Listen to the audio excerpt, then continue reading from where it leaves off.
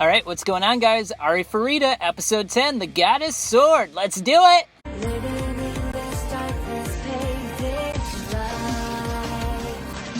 Alright, so this episode's relatively simple. We got an army that's going to attack a village, but Hajime and the crew's gotta stop them, and that's about it. This is an episode that has an abundance of shitty, off-putting, eye-gouging out 3D aesthetics. I mean, it is just god-awful once again.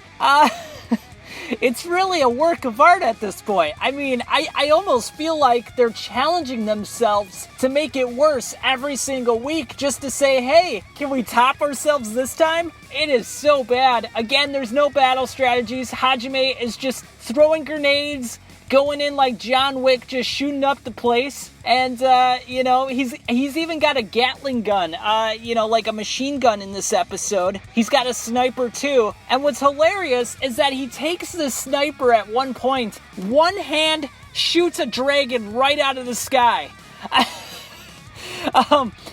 Anytime you see a sniper in a movie or, you watch a TV show about someone using a sniper, they got it mounted on the ground and they're looking through the scope and they're using two hands. But no, this guy's just, bouncing it with one hand. He's strong enough to do that. He can level it off. And he's good enough where he doesn't have to look through the scope. He can just kind of guesstimate where the dragon's gonna be, and he does it.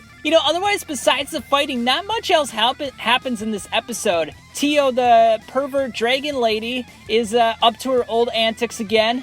She's trying to hit on Hajime. She wants to show him her naked body and get it on. But, Hajime, as usual, is not into it. And that's about it. The episode ends with Hajime having a decision to make. The evil villain takes the sensei, the teacher, and he's threatening to kill her. They eventually stop him, and he actually gets poisoned himself with the monster venom. And begging for Hajime to save him. He's like, I won't be bad anymore. Even though, just a few minutes earlier, he's talking about how he's like, I wanted to be cool. I wanted to prove myself. So I decided to take charge of this demon army, and I thought I could make myself a name. And, Hajime sees right through him. He's like, you know what? I've seen this trope before, and I'm not falling for it. I'm going to shoot you right in the face, and that's going to be that. End of story. And that's what he does. And I gotta commend the staff for this decision, because not many anime would have made this decision. Most anime would have taken the route of,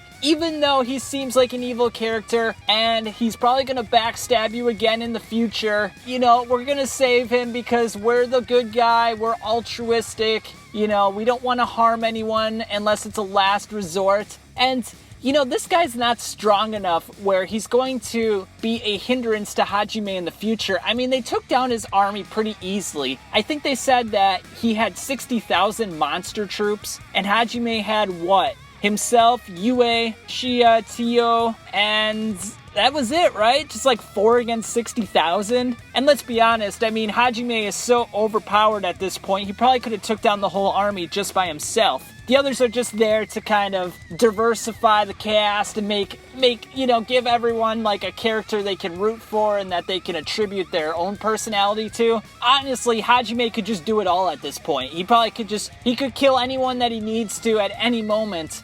60,000 is probably an appetizer for him, to be honest with you. Oh shit, where was I going with this point? Oh, right, the guy's not a threat whatsoever, so he doesn't even really need to kill him. But Hajime does it anyway. He's like, you know what? Why should I let this guy live? He's not going to stay true to his word. And, he's just going to be an annoying little bitch in the future. So let's get rid of him. Let's axe him off. And, it was funny too.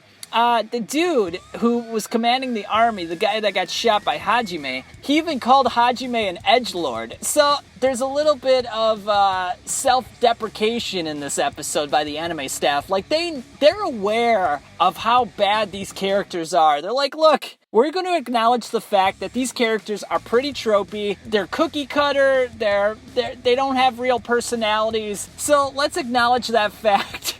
Let's double down on the shitty 3D aesthetics and and just do whatever the hell we want, and hopefully some people will enjoy it for the fact that it's so bad that it's actually pretty funny and good. It's kind of like Inferno Cop in a way, but Inferno Cop was more overt about what it was doing, whereas Arifureta is trying to disguise itself as a real show, but it really isn't. So actually, in that regard, I probably enjoy it more than Inferno Cop, because I don't like shows that are too overt with their message. You know, like, if the show is in on the joke with you, it's usually not too funny. But you don't really know whether or not Arifureta's in on the joke, which is what makes it so damn hilarious, because you're trying to ask yourself, is this shit for real or is it not? But you can't stop laughing because it's so damn funny. Another mixed episode full of shit, but a lot of laughter. And yeah, I guess we'll leave it there for now. We'll see what happens in the remaining 3 episodes. And you know, see how things go. But I'll leave it there for now, and I'll catch you on the flip side.